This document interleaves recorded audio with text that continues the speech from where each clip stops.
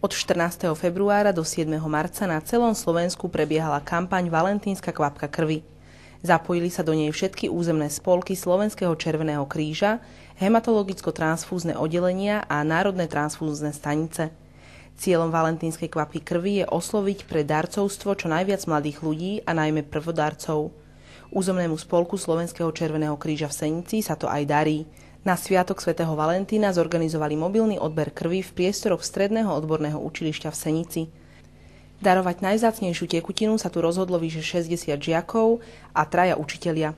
Prečo ste sa rozhodli valentínsku kvapku krvi zorganizovať tuto v areále Stredného odborného učilišťa? Pretože po minule sa nám prihlásilo viac žiakov a je tu viac priestoru, lepšie miesta. Aj pani riaditeľka Červeného krížu v Senici povedala, že bude to výhodnejšie, keď nás je cez 60, radšej priniesť tie kreslá tuto a spraviť to tu.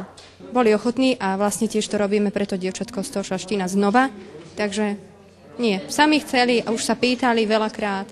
Len smutné sú dievčatá, lebo tým to nevyšlo, ale nemusela som presvedčať extra nikoho. Prečo si prišiel práve na Valentína darovať krv? Tak keď to niekomu pomôže, tak čo by ne. A je to spojité aj s tým Valentínom? No aj áno. Pani učiteľka nás inšpirovala. Má to spojitosť aj s Valentínom? No aj. Má. Prečo práve na Valentína?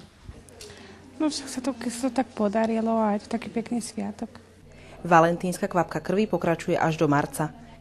Ak by ste chceli pomôcť niekomu, kto vašu krv veľmi potrebuje, môžete tak urobiť v Skalici 25. a 26. februára a 3. a 4. marca a v Mijave 21. a 28. februára a 6. marca. Darovať krv môžete, ak máte 18 rokov a potrebujete k tomu len občiansky preukaz a preukaz poistenca.